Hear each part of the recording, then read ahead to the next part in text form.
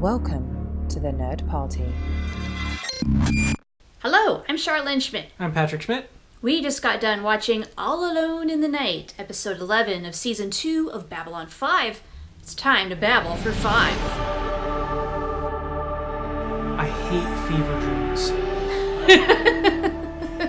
They're so weird. This whole episode was one big fever dream. Okay, well, let's get into it. Yeah.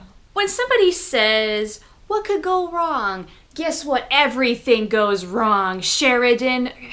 It's not going to be some routine mission where you go out and play in your little Star Fury and you have a little bit of fun. No, you get freaking abducted, dude. Yeah, I think he knew that things were going to go down. What was the end game here then? He was trying to avoid General Beardy. Oh, General Haig? Whatever. General Beardy. Like, he didn't want to talk to him. He knew stuff was about to go down, and he's like, I don't really want to answer that question. I can't deal with this right now. Yep, I can't Get me on a Star Fury right now. Yeah. That seems a little extreme. Well, you know, Sheridan's turning into an extreme guy. He's a spy. He's corrupted. You know, he's not above, going behind a few backs and hamstringing a few people. I mean, we know Sheridan loves his secrets and his conspiracies, and apparently now he's a part of one. That's why he loves them, is because he knows they're real. And it sounds like, there might be a little bit of a resistance, if you will, against the president and an effort to quietly and maybe slowly, but eventually to retake the government. This is what we call coup. They are staging a coup. And if you know what you have when you have back-to-back military takeovers? What's that? Cuckoo! That is a horrible dad joke, and I laughed anyway. And that's where I think we're headed with Babylon 5, is a bunch of freaking cuckoo stuff. Oh boy. At this point, I'm invested. I care. I want to continue. But I hate this setup. Really? I hate it. What do you hate about the setup?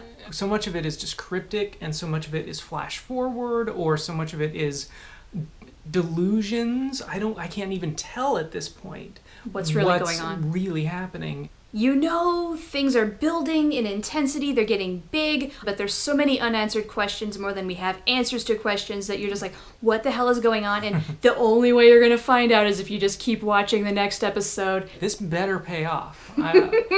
So that alien ship that abducted Sheridan and the Narn guy, you know how you say the shadows look like demigorgons? Mm-hmm. This ship looks like a demigorgon to me, with its almost flowery, openings. At any point, I was just getting ready for it to hiss. Yeah. To me, that looked like a Kosh ship. Oh, yeah, it did remind me a little bit of Vorlon ships, too. It looked like a Vorlon ship. I think it was Vorlon's.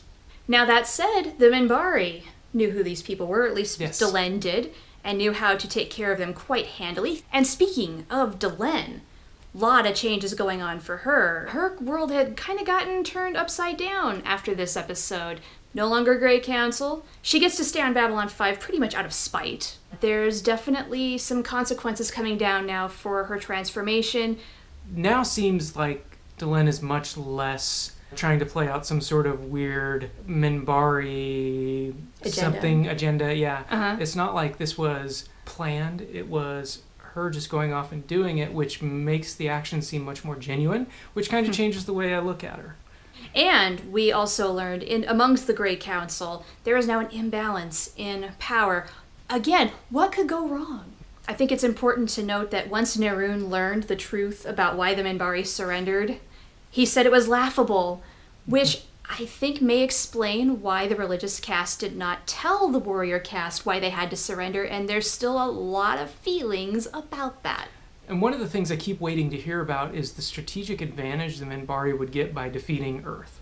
What were the Minbari trying to gain from it? And if it's not kill or be killed, then why would there be any war moving forward now that there's peace? One last thought. What about Lennier? He is so incredibly loyal to Delenn. He knows only a life of servitude.